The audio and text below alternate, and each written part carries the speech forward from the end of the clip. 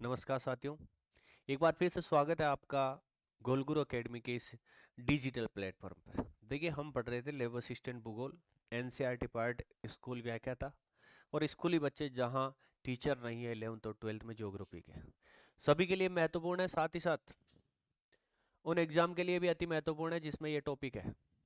और आप सभी को पता है कि चाहे तो भौतिक भूगोल हो, चाहे ह्यूमन ज्योग्राफी हो, चाहे भारत का भूगोल हो, चाहे राजस्थान का भूगोल हो या अन्य भूगोल से जुड़ा कोई पार्ट हो, लगभग सभी एग्जाम में यहाँ से सवाल पूछे जाते हैं। तो ओवरऑल मैं बोल सकता हूँ कि ये एनसीईआरटी जो है, कक्षा 11 पढ़ रहे हैं, जो सीधा सीधा सिलेबस में दे रखा है लेब असिस्टेंट के। लेब असिस्टेंट के साथ साथ तमाम उन भर्तियों के लिए अति महत्वपूर्ण है जिसमें ये टॉपिक पूछा जाता है। देखिए, आज ये 24वीं क्लास है। 23वीं क्लास जो आज से 4 महीने पहले मैंने ले रखी थी बहुत अच्छी तरीके से, भारत की स्थिति और विस्तार, उसको मैंने प्लेलिस्ट में ऐड कर दिया, तो वहां से जाके देख सकते हैं। साथ ही साथ पूरा जो है भारत का भौतिक विभाजन बहुत ज़्यादा डीपली यदि आपको देखना है तो आप जाके देख लेना। 6 या 7 क्लास आपको मिलेगी, हम यहाँ एनसीईआरटी के अकॉर्डिंग पढ़ेंगे। तो यदि चैनल पर नए हैं तो जरूर जुड़ जाए भाई, अपने यार दोस्तों को भी शेयर करना। टेलीग्राम चैनल को ज्वाइन कर लेना, जहां आपको हमेशा का करंट अफेयर्स मिलेगा, 10 से 15 क्वेश्चन। प्ले स्टोर से जाके गोलगुरु एकेडमी नामक जो अपना ऐप है उसको डाउनलोड कर लेना, ताकि अच्छी क्वालिटी की आपको वैकेंसी टेस्ट सीरीज देखने को मिले, या आप टेस्ट सीरीज वहां से दे सकते हैं। देखिए, हम भारत के भूगोल वाली किताब भी पढ़ रहे हैं, उसमें 2 या 3 यूनिट बचे हैं। तो इसकी पीपीटी मेरे पास पहले बनाई हुई थी, अभी उसमें थोड़ा वक्त लगेगा। तो मैं चाहता हूं कि कोई भी आपकी क्लास का रूटीन नहीं टूटे, हमेशा क्लास होती रहे। जीके वाला पोर्शन भी अपन पढ़ेंगे, निश्चिंत रहे। तो ये छोटा टॉपिक था, इसमें अधिकांश जो है पीपीटी बनी हुई थी, और थोड़ी अभी घंटा 1.5 घंटा लगा ऐड करके बहुत अच्छी तरीके से आप लोगों के लिए क्लास लेके आया हूँ। तो 2-3 यूनिट उधर से बचे तो उनकी टेंशन मत लीजिए, अपन भौतिक भूगोल भी पूरा कवर कर लेंगे। आज देखिए, इससे पहले वाली ये जो भारत के भूगोल वाली किताब है, इसमें अपन ने स्थिति और विस्तार पढ़ा है। क्या? स्थिति व विस्तार किसका? भारत का। बहुत अच्छी तरीके से 1 घंटा 18 मिनट की क्लास है, वो ले लेना। उसके बाद यूनिट नंबर 2 है, अध्याय नंबर 2 है भारत की भौतिक संरचना एवं भू आकृति विज्ञान। ये खासकर भारत से संबंधित है, बहुत अच्छी तरीके से इसको कवर करेंगे, 2 क्लास में कवर करेंगे। आज ये पहली क्लास होने वाली है। ये इकाई संबंधित है किससे? संरचना, उच्चावच। उच्चावच क्या होता है? उबड़ खाबड़ जो भी सतह होती है उसे उच्चावच कहते हैं। भू आकृति विभाजन, अफवाह तंत्र मतलब नदी बेसिनों, जल विभाजक संकल्पना, हिमालय और प्रायद्वीपीय क्षेत्रों के बारे में इसमें अध्ययन किया जाएगा। अब देखो, संरचना व भू आकृति विज्ञान, ये आपको भारत का मैप दिखाई दे रहा है कि किस तरीके से जो है अलग अलग क्षेत्रों में अलग अलग प्रकार की मिट्टी आपको देखने को मिलती है। तो मिट्टी की विविधता है भाई, संपूर्ण भारत में जो है एक जैसी मिट्टी नहीं है। अलग अलग स्थानों पर मिट्टी की उर्वरकता, उसका गठन और स्वरूप अलग क्यों है? क्यों है? क्योंकि भू आकृति विज्ञान के अंतर्गत अपन भारत की भू आकृतियों की बात करेंगे, भारत की संरचना की बात करेंगे, तो सभी जगह अलग अलग है। इसी कारण ये मिट्टी की विविधता यहाँ पर मिलती है। चट्टानों के प्रकार की बात करें तो विभिन्न स्थानों पर चट्टानों के भिन्न भिन्न प्रकार मिलेंगे। भारत में आप देखोगे तो अलग अलग प्रकार की चट्टानें पूरे भारतवर्ष में आपको देखने को मिलेगी। क्यों मिलेगी? क्योंकि भारत जो है भू आकृति प्रदेशों के दृष्टि से यदि देखें तो अलग अलग है। आपसी संबंध की बात करें तो ये चट्टानें व मिट्टी आपस में संबंधित है, क्योंकि असंगठित चट्टानें वास्तव में मिट्टियां ही है। अब देखो, जैसी चट्टान होगी, जैसी संरचना होगी, बिल्कुल मिट्टी भी क्या होगी? वैसी की वैसी होगी। क्यों? क्योंकि मिट्टी का निर्माण यदि होता है तो उसमें चट्टान के जो सूक्ष्म कण है, चट्टान का विखंडित होना ही प्राथमिक जो है मटेरियल, मिट्टी निर्माण या सोइल निर्माण के लिए उपलब्ध करवाता है। मतलब असंगठित चट्टानें ही वास्तव में मिट्टी बनने की प्रक्रिया है। तो इनका आपसी संबंध होता है। पृथ्वी की आयु और परिवर्तन, जैसे जैसे आपके एनसीईआरटी में छोटे छोटे टॉपिक दे रखे हैं, उसी हिसाब से अपन कवर कर रहे हैं। देखिए, फैक्ट आपको हमेशा ध्यान में रखना है, एनसीईआरटी का कोई भी फैक्ट जो है नॉर्मल नहीं होता भाई। अब पृथ्वी की आयु की बात करें तो 46 करोड़ वर्ष, ये ऐसे भी आ सकता है 4.6 करोड़ वर्ष जो पूर्व है अपनी पृथ्वी की उत्पत्ति हुई थी।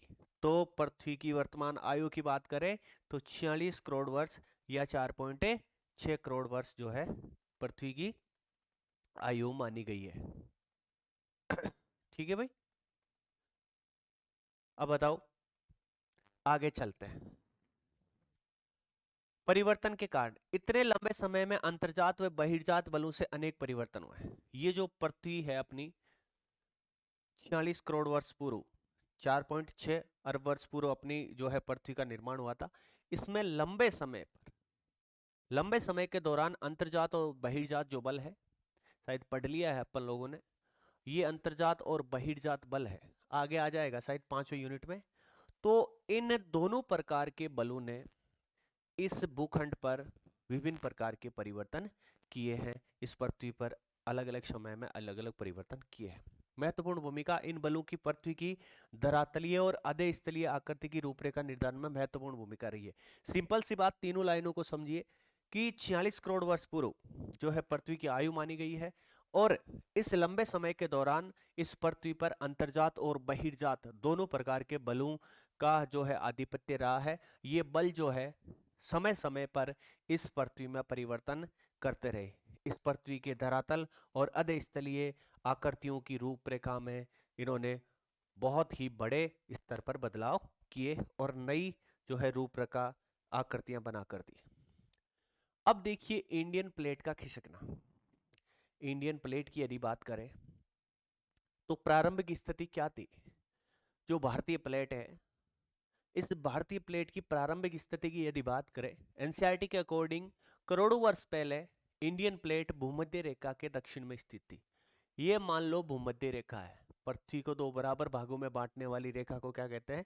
इक्वेटर कहते हैं, भूमध्य रेखा कहते हैं, 0 डिग्री रेखा कहते हैं, विषुवत रेखा कहते हैं। भूमध्य रेखा के दक्षिण में स्थित थी। मान लो यहां पर क्या थी? ये इंडियन प्लेट स्थित थी। विशाल आकार, ये आकार में काफी विशाल थी, और ऑस्ट्रेलियन जो प्लेट है वो इसी इंडियन प्लेट का हिस्सा था। सामूहिक रूप से इसे इंडियन ऑस्ट्रेलियन प्लेट कहा जाता था। विभाजन, करोड़ों वर्षों के दौरान ये प्लेट काफी हिस्सों में टूट गई, छोटे छोटे हिस्सों में ये प्लेट टूटी। अब इसका खिसकाव किस तरीके से हुआ? तो खिसकाव की बात करें तो ऑस्ट्रेलियन प्लेट जो है वो दक्षिण पूर्व दिशा में, किधर? ये अलग अलग भागों में टूटी इस तरीके से। तो एक ऑस्ट्रेलियन प्लेट है वो किधर दिशा में आई? वो आपके आई दक्षिण पूर्व दिशा में। किधर की दिशा में? दक्षिण पूर्व की दिशा में आई। इंडियन प्लेट उत्तर दिशा में खिसकने लगी। अब ये जो भारतीय प्लेट है ये किस दिशा में? उत्तर दिशा में खिसकने लगी। किस दिशा में? उत्तर दिशा में खिसकने लगी। वर्तमान स्थिति की बात करें तो इंडियन प्लेट का खिसकना अब भी जारी है। अब भी जो है ये उत्तर दिशा की ओर क्या है? खिसक रही है। और उधर से आप देख रहे हो यूरेशियन प्लेट जो है खिसक रही है। इस कारण हिमालय लगातार बढ़ रहा है। हिमालय लगातार बढ़ रहा है क्योंकि यूरेशियन और इंडियन प्लेट अभिसरण किनारा बना रही है, इनका अभिसरण हो रहा है। तो चार चीजें इंडियन प्लेट में पड़ी है कि जो है प्राचीन काल में भूमध्य रेखा के दक्षिण में स्थित थी, और ये आकार में काफी बड़ी थी। ऑस्ट्रेलियन प्लेट इसी का हिस्सा थी। करोड़ों वर्षों बाद ये जो है प्लेट विभिन्न टुकड़ों में बटी। इसका एक टुकड़ा जो कि ऑस्ट्रेलियन प्लेट कहलाता था वो दक्षिण पूर्व दिशा में खिसकता है, इंडियन प्लेट उत्तर दिशा में खिसकती है, और आज भी खिसक रही है। आगे चलिए भाई, भारतीय उपमहाद्वीप की भूवैज्ञानिक संरचना। अब देखिए ये जो है प्लेट, इंडियन प्लेट उत्तर की ओर खिसक रही है, और भारत जो है वर्तमान स्थिति में आपको दिखाई दे रहा है। भारतीय उपमहाद्वीप, उपमहाद्वीप जब नाम आता है तो इसके पड़ोसी देशों को भी अपन साथ में शामिल करते हैं। कि वर्तमान भूवैज्ञानिक संरचना व इसके क्रियाशील भूआकृतिक प्रक्रम मुख्यतः अंतर्जात व बहिर्जनिक बलों व प्लेटों के क्षैतिजीय संचरण की अंत्यक्रिया के परिणाम स्वरूप अस्तित्व में आए हैं। देखो दो तो ये याद रखना, अंतर्जात व बहिर्जात बल और प्लेटों के क्षैतिजीय संचरण की अंत्यक्रिया। अब जो भारत है इसकी भूवैज्ञानिक संरचना की बात करें तो देखो इस पर अंतर्जात बल और बहिर्जात बलों ने अपनी छाप छोड़ी। साथ ही साथ प्लेटों का क्षैतिजीय संचरण, इस तरीके से नहीं, इस तरीके से प्लेटों का क्षैतिजीय संचरण, और यहाँ पर अंतर्जात व बहिर्जात बलों का प्रभाव जो है ये जो है अस्तित्व में लाए हैं किसको? भारत की भूवैज्ञानिक संरचना को। अब देखो मोटे तौर पे देखें तो अपन भारत की संरचना, भूवैज्ञानिक संरचना को कितने भागों में बांट के देखते हैं? प्रायद्वीपीय खंड, हिमालय और अन्य पर्वतमालाएं। अन्य पर्वतमालाओं में कौन सी आती है? प्रायद्वीपीय जो पर्वतमालाएं हैं उनको सम्मिलित किया गया है, तथा सिंधु, गंगा और ब्रह्मपुत्र का विशाल मैदान। यदि भारतीय उपमहाद्वीप की भूवैज्ञानिक संरचना की बात करें तो मोटे तौर पर इस संरचना को अपन 3 भागों में बांटकर देखते हैं। एक में आता है प्रायद्वीपीय खंड, जो कि सबसे पुराना है, त्रिभुज के आकार में दक्षिण भारत वाला हिस्सा ये कहलाता है। हिमालय और अन्य भारत की पर्वतमालाएं, जिसमें हिमालय और दक्षिण भारत में जो अन्य पर्वतमालाएं हैं उनको शामिल किया गया है। साथ ही साथ इस प्रायद्वीपीय खंड और हिमालय पर्वत श्रृंखला के बीच में एक क्या था? एक भूसन्नति अपन मान सकते हैं, लेकिन ये विशाल क्या था? भूसन्नति की बजाय अपन इसको मानते हैं कि ये विशाल क्या था? खड्डा था। खड्डा था। धीरे धीरे में प्रायद्वीपीय खंड से आने वाली नदियां, हिमालय से निकलने वाली नदियां जो है, इन्होंने इस क्षेत्र में क्या करा? अवसाद जमा कर दिया, मतलब जलोढ़ निक्षेप जमा कर दिया। आगे हम देखेंगे इसकी परत 1 से 2 किलोमीटर जो है मोटी परत यहाँ पर बिछा दी। तो फिर किसका निर्माण होता है? इस विशाल मैदान का निर्माण होता है, जो मुख्यतः सिंधु, गंगा और ब्रह्मपुत्र का मैदान कहलाता है। अभी तक क्या समझ में आया कि भारतीय भूवैज्ञानिक संरचना की यदि बात करें तो प्रायद्वीपीय खंड, हिमालय और अन्य पर्वतमालाएं और सिंधु, गंगा और ब्रह्मपुत्र का मैदान, इन 3 भागों में बांट के देखते हैं। अब देखो ये इधर दिख जाएगा आपको, ये हिमालय वाला पार्ट है और ये प्रायद्वीपीय भारत वाला पार्ट है, और ये क्या है? ये उत्तरी भारत का विशाल मैदान है, जो भारत के 43% भाग पर विस्तृत है। अब सबसे पहले बात करते हैं किसकी? प्रायद्वीपीय खंड की। किसकी बात करते हैं? प्रायद्वीपीय खंड की। ये एनसीईआरटी की लाइन टू लाइन ले रहे हैं भाई, हम ना इसमें एक्स्ट्रा फैक्ट यहाँ पर पढ़ रहे हैं। एक्स्ट्रा जो भी मटेरियल होगा वो मैं आपको टेस्ट सीरीज में डाल दूंगा, और कोई भी चीज आपको पीछे छूटी हुई नहीं मिलेगी। अपन यहाँ देख रहे हैं एनसीईआरटी की लाइन टू लाइन, जो कि स्कूल व्याख्याता के लिए भी अति महत्वपूर्ण है, क्योंकि बच्चे सीधे पढ़ नहीं पाते। एनसीईआरटी की बहुत ऐसी टर्मिनोलॉजी होती है जो आप पढ़ नहीं पाते, रह जाती है पीछे। इसको अपन कवर करेंगे इसी क्लास में। यदि आपको भारत के भूगोल में कुछ भी नहीं आता है, बेसिक से आप शुरू कर रहे हैं, तो बिल्कुल बेसिक है ये, बिल्कुल बेसिक से अपन हाई लेवल की ओर जा रहे हैं। अब देखिए प्रायद्वीपीय खंड की बात करें तो सबसे पहले एनसीईआरटी में इसका सीमांकन दे रखा है कि प्रायद्वीपीय खंड की उत्तरी सीमा जो है कैसी है? कटी फटी है। ये आपको दिखाई दे रहा है इस तरीके से, ये उत्तरी जो सीमा है ये क्या है? कटी फटी है, जो कच्छ से आरंभ होकर, कहां से? कच्छ गुजरात से आरंभ होकर, यहां से कच्छ गुजरात से आरंभ होकर अरावली पहाड़ियों के पश्चिम से गुजरती हुई, अरावली पहाड़ियों के पश्चिम से गुजरती हुई दिल्ली तक। दिल्ली तक देखो, कच्छ से शुरू होके अरावली पहाड़ियों के पश्चिम से गुजरती हुई, जो कि आपको यहां पर नजर आएगा कि मरुस्थलीय जो इलाकृतियां इनके नीचे दबी हुई है, इसके नीचे आपको इस प्रकार की चट्टानें मिल जाएगी। तो कच्छ से शुरू होके अरावली के पश्चिम से गुजरती हुई दिल्ली तक, और फिर गंगा यमुना नदी के समानांतर राजमहल की पहाड़ियां, यहां वाले क्षेत्र में राजमहल की पहाड़ियां वे गंगा के डेल्टा तक जाता है। अब यहां पर एक आता है भाई गेप आता है, जिसे अपन बोलते हैं, पश्चिम बंगाल में है मालदा गेप। मालदा गेप, जो ये इधर वाली पहाड़ियां हैं, इधर वाली पहाड़ियां हैं, इनको मुख्य प्रायद्वीपीय पठार से अलग करता है। मुख्य प्रायद्वीपीय पठार से अलग करने वाला कौन सा गेप है? वो है आपके मालदा गेप। कौन सा है? मालदा गेप है, जो कि पश्चिम बंगाल में स्थित है भाई। अब देखो अन्य विस्तार की बात करें तो उत्तर पूर्व में असम का कार्बी एंगलोंग का पठार, कार्बी एंगलोंग का पठार और मेघालय का पठार, ये जो है प्रायद्वीपीय भारत का ही पार्ट है, जो कि आपके 7 बहनों में इधर स्थित है, यहां पर स्थित है। तो क्या समझ में आया इस स्लाइड में?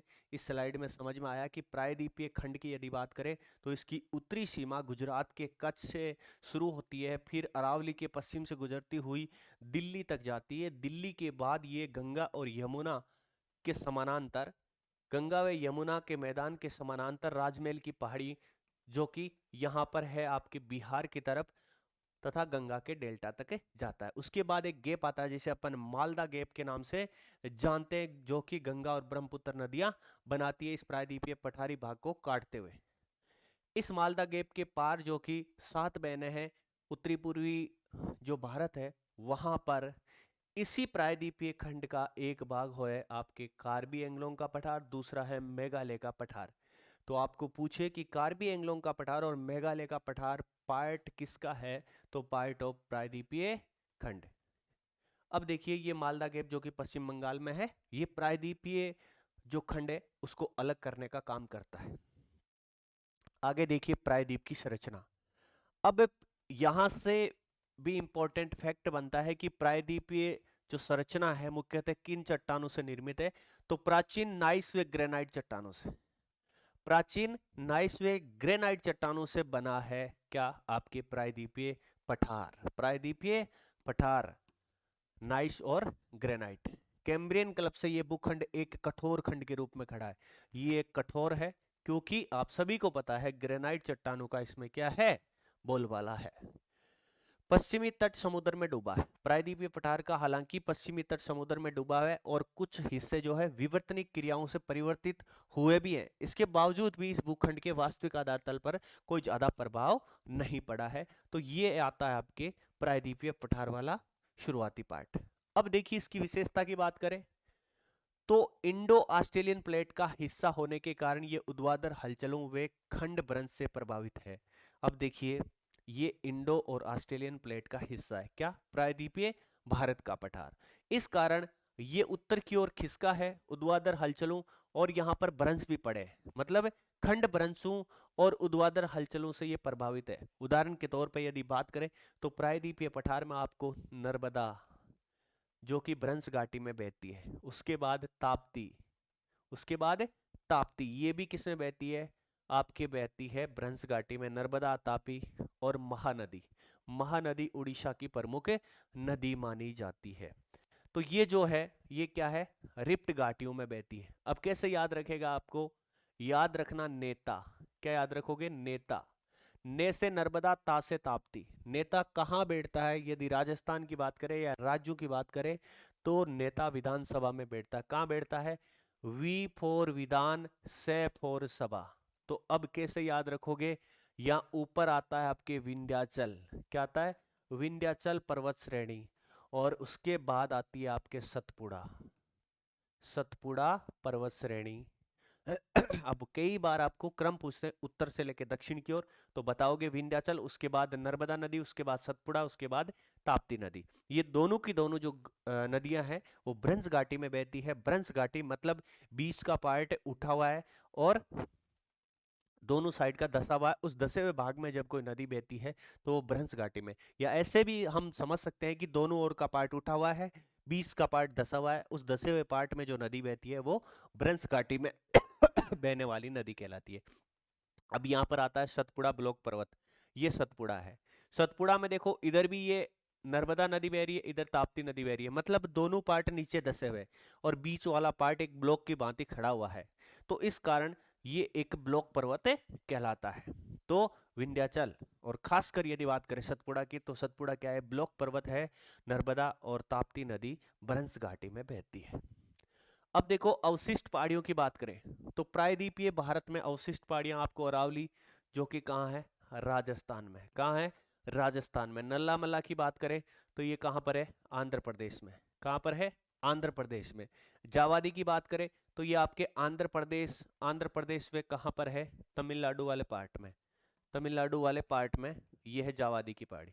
वेलिकोंडा कहाँ है, वेलिकोंडा आपके आंध्र प्रदेश में। पालकोंडा भी कहाँ है, ये भी आपके आंध्र प्रदेश में। महेंद्रगिरी की बात करें तो ये आपके उड़ीसा, उड़ीसा व आंध्र प्रदेश में आती है। और इसकी सर्वोच्च चोटी कौन सी है, महेंद्रगिरी है। ठीक है भाई, तो ये क्या है, ये प्रायद्वीपीय भारत की प्रमुख पहाड़ियां हैं, अवशिष्ट पहाड़ियां हैं, बहुत सारी है, आगे अपन देखेंगे भाई। ठीक है, तो यहां से क्या समझ में आया कि प्रायद्वीपीय भारत की विशेषता की बात करें तो ये इंडो ऑस्ट्रेलियन प्लेट का हिस्सा है, इस कारण ये ऊर्ध्वाधर हलचलों और भ्रंशों से प्रभावित है। भ्रंशों से प्रभावित कैसे है, स्पष्ट पता चल रहा है कि नर्मदा, ताप्ती और महानदी भ्रंश घाटी में बहती है, तो प्रायद्वीपीय भारत में भ्रंश है। खासकर यहाँ पर बात करें तो एक ब्लॉक पर्वत है, या बात करें सतपुड़ा कौन सा पर्वत है, तो ब्लॉक पर्वत है। विंध्याचल की बात करें तो ये भी अपन ब्लॉक पर्वत श्रेणियों के अंतर्गत मान सकते हैं। अवशिष्ट पहाड़ियां हैं यहाँ पर अरावली, नल्लामला, जावादी, वेलिकोंडा, पालकोंडा, महेंद्रगिरी। तो ये अपन ने राज्य भी इनके संदर्भ में देखे हैं, ये यहाँ पर स्थित है। आगे देखिए नदी घाटियां और डेल्टा। यहाँ की नदी घाटियां उथली और उनकी प्रवणता कम होती है। अब देखिए प्रायद्वीपीय भारत की जो नदियां है ना, ये उथली घाटियों में बहती है, मतलब ज्यादा इनकी गहराई नहीं है, साथ ही साथ इनकी प्रवणता कम है, ज्यादा ढलान भी नहीं है। पूर्व की ओर बहाव, तो प्रायद्वीपीय भारत की जितने भी नदियां हैं, इनमें से अधिकतर जो नदियां हैं किधर की साइड बहती है, पूर्व की ओर बहती है। अधिकांश नदियां बंगाल की खाड़ी में गिरने से पहले डेल्टा का निर्माण करती है। आपको ये बात याद रखना कि भारत के पूर्व दिशा में आकर बंगाल की खाड़ी में गिरने वाली नदियां डेल्टा बनाती है, अरब सागर में गिरने वाली नदियां एस्चुरी बनाती है। एस्चुरी का मतलब यह है कि तीव्र ढलान से कम दूरी तय करती हुई समुद्र में आगे की ओर मलबा निकाल लेती है जीभ की भांति, तो उसे अपन बोलते हैं एक्श्यूरी। क्या बोलते हैं? एक्श्यूरी। और इधर वाली नदियां किसका निर्माण करती है? डेल्टा का निर्माण। अब देखो इधर डेल्टा है, महानदी का डेल्टा, गोदावरी का डेल्टा, कृष्णा और कावेरी का डेल्टा। ये देखो प्रायद्वीपीय भारत की प्रमुख नदियां हैं। महानदी, महानदी जो है उड़ीसा से निकलती है भाई, उड़ीसा से छत्तीसगढ़ से निकलती है, उड़ीसा की मुख्य नदी मानी जाती है। अब बात करें अपन गोदावरी की, तो ये गोदावरी महाराष्ट्र के नासिक जिले से निकलती है। अब बात करें अपन कृष्णा नदी की, तो कृष्णा नदी जो है महाराष्ट्र के महाबलेश्वर से निकलती है। तो ये जो नदियां हैं ये अपना जल कहाँ लेकर आती है? बंगाल की खाड़ी की ओर लेकर आती है, और ये डेल्टा का निर्माण करती है। प्रायद्वीपीय भारत की सबसे लंबी नदी है गोदावरी। अब इसकी बात करते हैं हिमालय और उसके अतिरिक्त प्रायद्वीपीय पर्वतमालाओं की। तो प्रायद्वीप से विपरीत यदि बात करें तो कठोर और स्तर प्रायद्वीपीय खंड के विपरीत हिमालय और अतिरिक्त प्रायद्वीपीय पर्वतमालाओं की भूवैज्ञानिक संरचना कैसी है? तरुण है मतलब नवीन है, अभी भी बढ़ रही है, दुर्बल है मतलब उतनी कठोर नहीं है, और लचीली है। मतलब भारत में हिमालय की यदि बात करें तो ये तरुण अवस्था में है, दुर्बल अवस्था में, लचीली अवस्था में। वर्तमान प्रभाव की बात करें तो ये पर्वत वर्तमान समय में भी बहिर्जनिक व अंतर्जनिक बलों की अंत्यक्रिया से प्रभावित है। खासकर बात करें हिमालय की तो यहाँ पर अभी भी अंतर्जात और बहिर्जात बलों का स्पष्ट प्रभाव देखने को मिलता है। ये हिमालय वाला पार्ट है भाई, अपन देखेंगे ये पार हिमालय, ये मुख्य हिमालय, इस तरीके से। आगे देखिए हिमालय की विशेषता की बात करें तो हिमालय में आपको वलन मिलेंगे। वलन का मतलब क्या है? मोड़ मिलेंगे। क्या? मोड़ मिलेंगे। ब्रंश मिलेंगे। ब्रंश इस तरीके से दो प्लेटें या दो खंड अलग अलग, आपको इनके बीच में दरार, चटकन और ब्रंश इस प्रकार से शेप मिलेंगे। बलों की अंत्यक्रियाओं के परिणाम स्वरूप इनमें वलन, ब्रंश और शेप बनते हैं। मतलब हिमालय वाले पार्ट में मोड़ मिलेंगे, वलन, ब्रंश और शेप मिलेंगे। अब देखो विवर्तनिक उत्पत्ति, इन पर्वतों की उत्पत्ति विवर्तनिक हलचलों से हुई है। आप सभी को पता है यूरेशियन प्लेट और भारतीय प्लेट के आपस के अभिसरण से, आपस में अभिसरण होने से हिमालय का निर्माण हुआ है। किसका निर्माण हुआ है? हिमालय का निर्माण हुआ है, जो कि एक नवीन पर्वत माला है। युवावस्था की बात करें तो तेज बहाव वाली नदियों से अपर्दित है भाई। यहाँ पर अपर्दित ये पर्वत अभी भी युवावस्था में है। तो हिमालय किस अवस्था में है? युवा अवस्था में। किस अवस्था में? युवा अवस्था में। अभी भी इसकी ऊंचाई क्या है? बढ़ रही है। क्या है? बढ़ रही है। हिमालय की ऊंचाई क्या है? बढ़ रही है। यदि आपको ये मैटर अच्छे से समझ में आ रहा है तो लाइक और कमेंट के माध्यम से जरूर बताना कि सर समझ में आ रहा है। यदि कहीं पर समझ में नहीं आ रहा है तो भी बता देना कि सर यहाँ पर समझ में नहीं आ रहा। अब देखो युवा पर्वत है, इसके प्रमाण कहाँ से मिलते हैं? प्रमाण ऐसे मिलते हैं कि ये दुर्बल है, प्रायद्वीपीय भारत की तरह कठोर नहीं है। प्रायद्वीपीय भारत की तरह कठोर होता तो यहाँ पर गार्ज, कैनियन वगैरह नहीं बनते। तो यदि बात करें हिमालय में खूब सारे गोर्ज है। क्या है? गोर्ज है मतलब गहरी संकरी घाटियां हैं। इस तरीके से गहरी संकरी घाटियां हैं, सबसे पहले वी आकार की घाटी, उसके बाद गोर्ज बनता है, उसके बाद कैनियन बनता है। इस तरीके से वी आकार की घाटियां तो नदी अपर्दन से बनी है। नदी अपनी युवावस्था में जैसे ही हिमालय से निकलती है तो सबसे पहले वी आकार की घाटी बनाती है, उसके बाद गोर्ज बनाती है। जब ये घाटी थोड़ी चौड़ी हो जाती है तो वो गोर्ज कहलाता है। गोर्ज का और बड़ा आकार क्या कहलाता है? कैनियन कहलाता है। अब देखिए, जैसे ही ये हिमालय से नीचे उतर रही होती है, नीचे उतर रही होती है तो सिपरिकाएं, सिपरिकाएं मतलब क्या है? हिमालय इतना तो कोमल नहीं है, इतना तो कोमल नहीं है कि पूरा का पूरा बह के चला जाए। तो ये जो कठोर संरचना आपको देखने को मिलती है ना, यहाँ पर जल इस तरीके से क्या है? आकृतियों का निर्माण कर देता है। अरे थे देखो ना कि एकदम साफ पानी में कोई रेत में बह रहे है तो भी साफ पानी के नीचे रेत में इस तरीके की आकृति बन रही है, उनको क्या बोलते हैं? उनको सिपरिकाएं बोलते हैं। अब ये सिपरिकाएं जब आकार में बड़ी हो जाती है या बड़ा आकार ले लेती है तो ये आकृति इस प्रकार से बन जाती है। इस प्रकार से आकृति बनती है।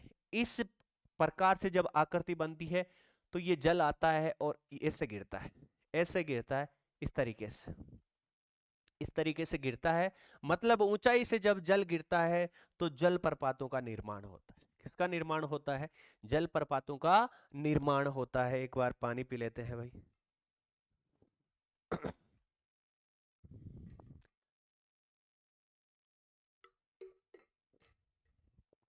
तो हिमालय युवावस्था में इसके प्रमाण मिले हैं कि यहाँ पर नदियां अपनी युवावस्था में गोर्ज, कैनियन, वी आकार की घाटी, सिपरिका जलप्रपात बनाती है। तो दो चीजें यहाँ से कवर होती है कि नदी अपनी युवावस्था में किन किन का निर्माण करती है।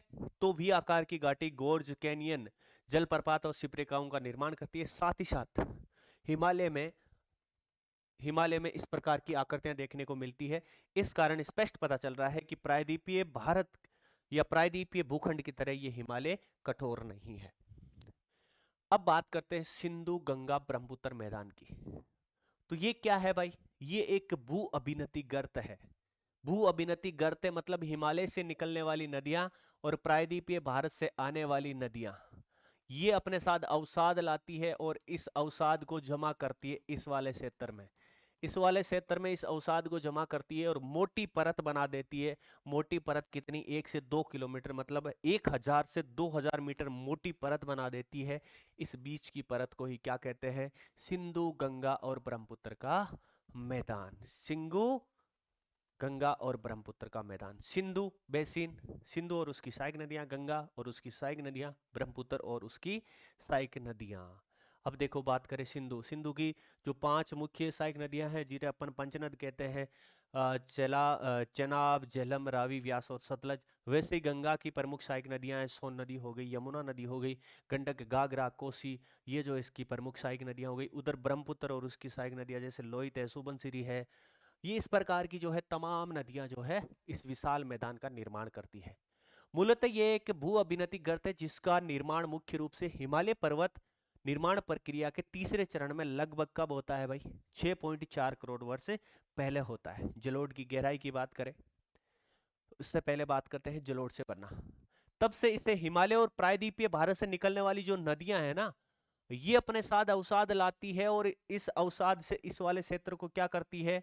पाट देती है भाई, ढक देती है। और ये ढका हुआ ही भाग क्या कहलाता है? सिंधु गंगा और ब्रह्मपुत्र का मैदान कहलाता है। इस मैदानों में जलोढ़ की औसत मोटाई इंपॉर्टेंट है, छाप लेना, एनसीईआरटी का फैक्ट है, 1000 से 2000 मीटर है। भूवैज्ञानिक संरचना के महत्व की बात करें तो भारत के विभिन्न क्षेत्रों की भूवैज्ञानिक संरचना में महत्वपूर्ण अंतर है। स्पष्ट अपन ने देखा है कि भूवैज्ञानिक संरचना एक जैसी नहीं है। इसके कारण दूसरे पक्षों जैसे धरातल और भू आकृति पर दूरगामी प्रभाव पड़ा है। आगे अपन देखेंगे कि भू आकृतिक प्रदेश पूरे भारत में अलग अलग है। भारतीय उपमहाद्वीप में भूवैज्ञानिक और भू आकृतिक प्रक्रियाओं का यहाँ की भू आकृति और ऊंचाई पर महत्वपूर्ण प्रभाव पाया जाता है, जो कि अगली स्लाइडों में अपन देखेंगे। सबसे पहले बात करें भू आकृति। अभी अपन ने देखी संरचना, भू आकृतिक संरचना। अब देखते हैं भू आकृतियां। भू आकृति क्या है? किसी स्थान की भू आकृति, उसकी संरचना। इंपॉर्टेंट फैक्ट है, भू आकृति किसका परिणाम है? तो किसी स्थान की भू आकृति उसकी संरचना, उसकी प्रक्रिया और उसके विकास की अवस्था का परिणाम है, मतलब वो संरचना कैसी है, उस पर किस प्रकार की प्रक्रिया संपन्न हुई है और उसका लास्ट में विकास किस तरीके से हुआ है, इन तीनों का परिणाम ही भू आकृति को दर्शाता है। ये आपको दिख रहा है भारतीय उपमहाद्वीप, दिख रहा है ना, जिसमें पाकिस्तान, नेपाल, बांग्लादेश, भूटान सभी को सम्मिलित किया गया है। भारत की धरातलीय विविधता की बात करें तो आपको स्पष्ट तौर पे नजर आएगा उत्तर, दक्षिण और मध्य। उत्तर में क्या है, एक बड़े क्षेत्र में उबड़ खाबड़ स्थलाकृतियां हैं, हिमालय वाला पार्ट है, मतलब हिमालय पर्वत श्रृंखलाएं, अनेक बड़ी बड़ी चोटियां हैं जो आगे अपन देखेंगे, सुंदर घाटियां हैं और विशाल विशाल जो है माखंड यहाँ देखने को मिलते हैं। ये वाला पार्ट है कौन सा, हिमालय। ये क्या है, हिमालय है। ठीक है, उसके बाद बात करें दक्षिण में, दक्षिण में ये आपको दिखाई दे रहा है, ये त्रिभुज के आकार में, ये क्या है, एक सुंदर सॉरी एक स्थिर परंतु कटाफटा पहाड़ जहां अपर्दी चट्टाने, खंड और कगारू की भरमार यहाँ पर देखने को मिलती है। मध्य में इन दोनों के बीच में उत्तर भारत का विशाल मैदान आपको यहाँ पर नजर आएगा। तो भारत की धरातलीय विविधता आपको स्पष्ट तौर पे नजर आ रही है।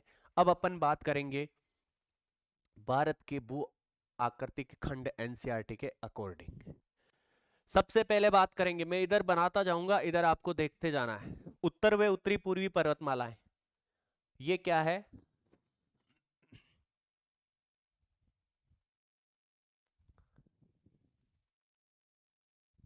ये आपको यहां पर मोटे तौर पे सिर्फ देखना है, समझने के लिए बना रहा हूं। ये मान लो भारत है, ठीक है।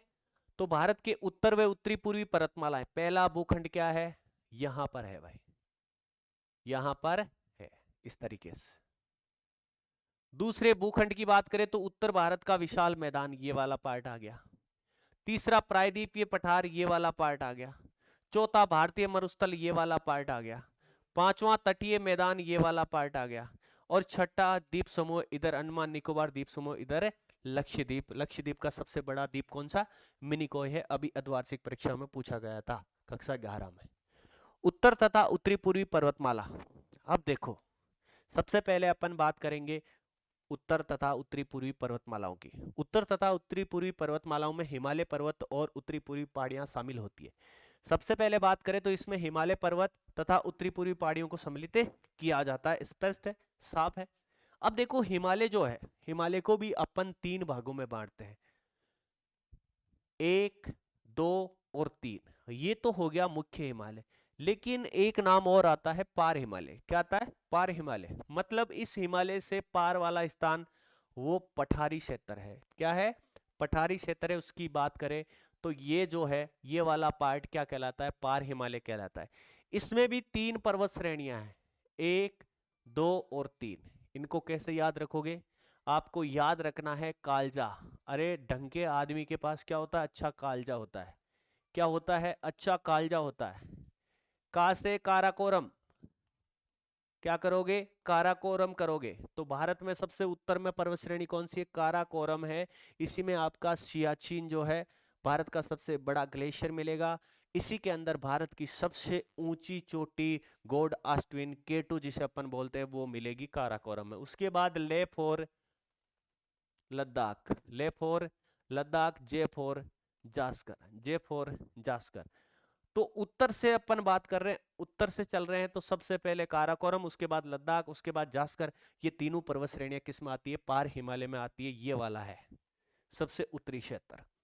अब बात करें अपन मुख्य हिमालय की, तो मुख्य हिमालय में सबसे पहला आता है वृद्ध हिमालय। कौन सा आता है, वृद्ध हिमालय। कौन सा हिमालय, वृद्ध हिमालय को और क्या बोलते हैं, हिमाद्री बोलते हैं। और क्या बोलते हैं, महान हिमालय बोलते हैं।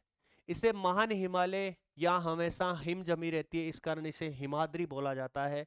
बड़ा है इस कारण इसे वृद्ध हिमालय बोला जाता है। ये सबसे ऊंची पर्वत श्रेणी है। अब देखो इसके बाद अपन पढ़ते हैं मध्य हिमालय। मुख्य हिमालय की दूसरी पर्वत श्रृंखला है मध्य हिमालय, जिसे अपन बोलते हैं लघु हिमालय।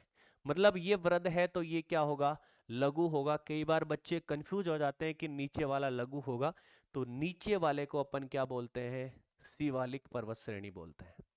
क्या बोलते हैं, शिवालिक पर्वत श्रेणी इसे अपन बोलते हैं। तो अभी तक उत्तर से यदि दक्षिण की ओर चल रहे हैं, बिल्कुल लास्ट कन्याकुमारी तक, इंदिरा कोल से लेके इंदिरा पॉइंट तक की बात करेंगे, कश्मीर से लेके कन्याकुमारी तक बात करेंगे, ऊपर लद्दाख से शुरू है, काराकोरम, लद्दाख और जास्कर, उसके बाद महान हिमालय, मध्य हिमालय और शिवालिक हिमालय यहां तक पहुंचे हैं। ये देखो K2 है यहाँ पर, K2 है यहाँ पर, K2 है, ये K2 भारत की सबसे ऊंची चोटी है। कहां पर है? पार हिमालय में, मुख्य हिमालय में नहीं है। अब आपको यदि कोई पूछे कि भारत में हिमालय की सबसे ऊंची चोटी, तो वो आगे अपन देखेंगे कि सिक्किम में है कंचनजंगा। K2 क्यों नहीं है? क्योंकि K2 मुख्य हिमालय में नहीं है, पार हिमालय में। कहाँ है? पार हिमालय में है। तो पार हिमालय बोले तो लद्दाख में भारत की सबसे ऊंची चोटी K2। कौन सी? काराकोरम पर्वत श्रेणी में। ठीक है भाई। और सबसे लास्ट, सबसे बाहरी कौन सी है? शिवालिक है। उसके बाद उत्तर भारत का विशाल मैदान आ जाता है। आगे चलते हैं भाई। अब देखो ये है भाई, एक बार फिर से देख लो, ट्रांस हिमालय, जिसे अपन पार हिमालय भी बोलते हैं, काराकोरम, लद्दाख और जास्कर पर्वत श्रेणी। उसके बाद ये मुख्य हिमालय, महान हिमालय, उसके बाद ये लघु हिमालय जिसे अपन मध्य हिमालय कहते हैं, और सबसे बाहरी कौन सा है? शिवालिक हिमालय है। ये इस तरीके से आप देख रहे हो हिमालय। ठीक है। हिमालय की दिशा और विस्तार की बात करें, देखो एनसीईआरटी की कोई भी लाइन आप लोगों के लिए पीछे नहीं छोड़ेंगे, सारी की सारी आपके सामने रखेंगे। सबसे पहले हिमालय की दिशा और विस्तार की बात करें तो उत्तर पश्चिमी भाग से, ये आपका उत्तर है, ये आपका पश्चिम है। उत्तर पश्चिम दिशा से दक्षिण पूर्व दिशा की ओर फैली है। शुरुआत में इधर बात करें तो ये उत्तर है, ये दक्षिण है। इस तरीके से फैला हुआ है क्या? हिमालय। दार्जिलिंग और सिक्किम में ये पूर्व से पश्चिम है, इस तरीके से ये चलता है। और बाद में इस तरीके से ये नेपाल में इस तरीके से चलता है। सिक्किम, सिक्किम जो कि जनसंख्या की दृष्टि से भारत का सबसे छोटा राज्य है, 2011 की जनगणना के अनुसार यहाँ की जनसंख्या मात्र 6 लाख है। दार्जिलिंग, दार्जिलिंग एक पहाड़ी इलाका है, किसका? पश्चिम बंगाल का। तो यहाँ पर क्या होता है, एकदम पूर्व से पश्चिम इस तरीके से ये फैली हुई है, पश्चिम से पूर्व या पूर्व से पश्चिम। उसके बाद अरुणाचल प्रदेश की यदि बात करें, अरुणाचल प्रदेश पे चीन अपना अधिकार जमाता है, लेकिन ये है किसका? भारत का पार्ट है। इसमें देखो दक्षिण पश्चिम से उत्तर, ये दक्षिण है, ये पश्चिम है। तो ये इस तरीके से चढ़ती है, इस तरीके से चढ़ती है, उत्तर की ओर जाती है। उत्तर के बाद ये वापस पश्चिम की ओर, किधर? इधर घूम जाती है, इधर घूम जाती है, इस तरीके से, इस तरीके से घूम जाती है। और फिर आपको नजर आता है नागालैंड, मणिपुर और मिजोरम। यहाँ पर नागालैंड, मणिपुर और मिजोरम, इस तरीके से ये हिमालय फैला हुआ है उत्तर से दक्षिण दिशा में, यहाँ पर है, इस तरीके से ये फैला हुआ है। तो हिमालय की दिशा आपको स्पष्ट समझ में आती है कि ये पश्चिम में, उत्तर और पश्चिम से शुरू होकर फिर इस तरीके से चलता है, फिर दार्जिलिंग और सिक्किम में पूर्व से पश्चिम या पश्चिम से पूर्व। उसके बाद ये अरुणाचल प्रदेश में पहले आपके दक्षिण पश्चिम से फिर उत्तर की ओर जाता है, फिर पश्चिम की ओर आता है, फिर आपको मणिपुर, सॉरी नागालैंड, मणिपुर और मिजोरम में उत्तर से दक्षिण की ओर इसका विस्तार मिलता है। वृद्ध हिमालय, अब देखो सबसे पहले मुख्य हिमालय में बात करेंगे वृद्ध हिमालय की। मैंने कहा एनसीईआरटी की लाइन टू लाइन चलेंगे, मिला लेना यदि आपको कोई कंफ्यूज हो तो। पूर्व से पश्चिम विस्तार की बात करें तो कितने किलोमीटर है? वृद्ध हिमालय, महान हिमालय, हिमाद्री हिमालय, ये 2500 किलोमीटर है भाई। इसकी लेंथ कितनी है? 2500 किलोमीटर है। कितनी है? 2500 किलोमीटर इसकी लेंथ है। ये बात करें कहीं पर 400, कहीं पर 160, इस तरीके से ये है। उत्तर से दक्षिण इसकी चौड़ाई की बात करें तो कहीं पर 160 है, कहीं पर 400 है। मतलब कहीं पर ये पतला है, कहीं पर ये मोटा है। 160 से लेके 400 किलोमीटर के बीच इसकी चौड़ाई है। वृद्ध हिमालय श्रृंखला जिसे क्या कहते हैं? एनसीईआरटी में स्पष्ट ये लाइन दे रखी है कि इसे केंद्रीय अक्षीय श्रेणी कहा जाता है। तो केंद्रीय अक्षीय श्रेणी किसे कहा जाता है? वृद्ध हिमालय को कहा जाता है, जो कि मुख्य हिमालय की सबसे ऊपरी या सबसे उत्तरी पर्वत श्रृंखला है। हिमालय भारतीय उपमहाद्वीप तथा मध्य एवं पूर्वी एशिया के देशों के बीच एक मजबूत लंबी दीवार के रूप में खड़ा है। देखो भारतीय उपमहाद्वीप ये हिमालय है, ये हिमालय मान लो इधर भारतीय उपमहाद्वीप है तथा इधर मध्य व पूर्वी एशिया है। तो इन दोनों के बीच एक मजबूत दीवार की भांति, चट्टान की भांति खड़ा है आपका अपना हिमालय। हिमालय की भूमिका क्या है? प्राकृतिक रोधक है भाई, भौगोलिक अवरोधक है, प्राकृतिक अवरोधक है, मतलब किसी मानव ने तो इसको खड़ा किया नहीं है। तो कैसा अवरोधक है? प्राकृतिक अवरोधक है। किस लिए? देखिए, इधर से भारतीय मानसून जो है, चाहे तो बंगाल की खाड़ी का मानसून हो, चाहे आपके अरब सागरीय मानसून हो, या सामूहिक रूप से बात करें तो दक्षिणी पश्चिमी मानसून हो, ये क्या करता है, ऊपर जाता है और हिमालय से टकरा के ही रुक जाता है। मतलब अधिकांश भारत में ये बारिश से करता है, हिमालय के पार नहीं जाता। मतलब भारतीय मानसून को ये क्या रखता है, एकदम स्पष्ट तरीके से यदि बात करें तो भारतीय मानसून को भारत में ही प्रभावी रखने में इसका महत्वपूर्ण योगदान रहता है। साथ ही साथ साइबेरियन रूस से जो शीत लहरें आती है उसको भारत में आने नहीं देता। ये क्या है? प्राकृतिक रोधक के रूप में खड़ा है। जलवायु विभाजक, बिल्कुल ये मैंने बात करी थी कि जलवायु विभाजक है। इसके उत्तर में कैसी जलवायु है? शीत जलवायु आपको देखने की मिलेगी। और भारत की जलवायु आप सभी को पता है कि इधर मानसूनी जलवायु आपको देखने को मिलेगी।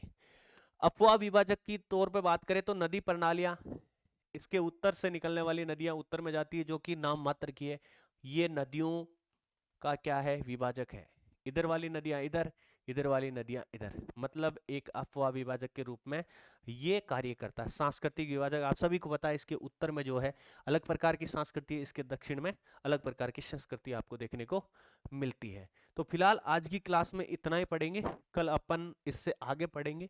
आज ये आप लोगों को कैसी लगे क्लास जरूर बताना कमेंट बॉक्स में, क्योंकि ये अपन भारत के भूगोल वाली किताब को भी अपन ने शुरू कर दिया है। पहला यूनिट भारत की स्थिति और विस्तार की जो वीडियो है प्लेलिस्ट में जाके देख लेना, मैंने डाल दिया है।